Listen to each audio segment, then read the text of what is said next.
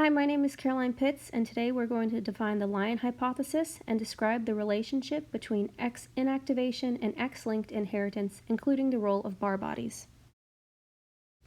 Females have XX chromosomes, and males have XY chromosomes. In females, one X is inherited from the mother, and the other is inherited from the father. The Lion hypothesis states that one X chromosome in each female cell becomes randomly inactivated.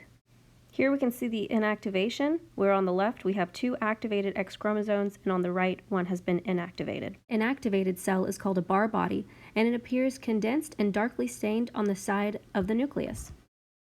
Only the genes on the chromatin-activated X chromosomes are expressed, while the bar body is not. Here's a real microscopic picture of a bar body. Here you can see the dark staining on the peripheral of the nucleus. What's cool about this is that any replication of this cell will have the same X chromosome inactivated in every replication. Here we can see a Punnett Square of what would happen if a black female cat mated with an orange male cat. All of the male offspring would be black due to the allele received from the mother, but the female offspring would be a mix of orange and black, giving them their tortoise coat. Here we can see a female offspring expressing both the black and orange coloring. When the little b is inactivated, black spots are expressed, but when the big B is inactivated, orange spots are expressed. And this is all random. Here we can see an example of how we can quantify the number of bar bodies in females.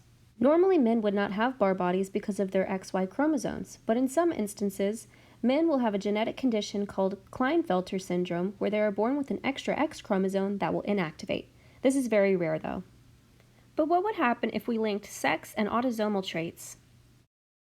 In this example, we will be mating a yellow short-haired female cat and a black long-haired male cat. These are the traits we'll be using for our Punnett Square, where black is dominant to yellow and long hair is dominant to short.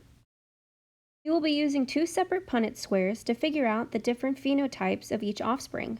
Here's what our Punnett Squares should look like when completed.